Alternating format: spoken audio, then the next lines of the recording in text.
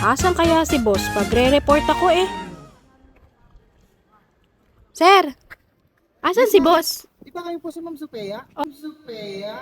Oo, asan si boss? Andun po ma'am. Hinahanap ko. Ayun po ma'am. Tatlo na yung andun si boss ma'am kasama.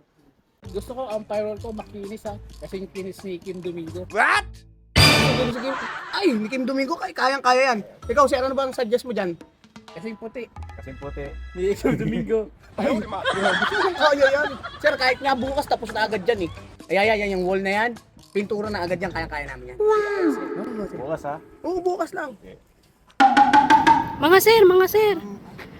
Asan kaya si boss? Si boss po, ma'am. Oo, kanina ko pa hinahanap eh. Ang init-init nga eh. Kanina ko pa hinahanap eh. Saan kaya si boss? Tanongin mo sa mga construction workers. Ay, tanong nyo dun ma'am. Baka alam po nila eh. Hindi po namin alam eh. Asan si boss? Kaya dito, hindi namin alam. Di daw nila alam eh. Hindi din nila alam. Tanong mo sa TV, andun lang oh.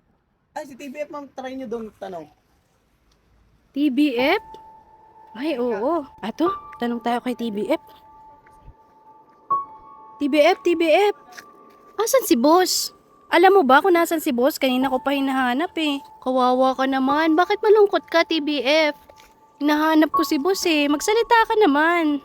Ang lungkot naman ni TBF. Paano hindi magiging malungkot? Eh ako ginawa niyong mascot. Tignan mo nga, ang init-init. Liwan niyo ako dito. Ay, nako talaga kayo. Anak ka ng pulis ng may kawayan.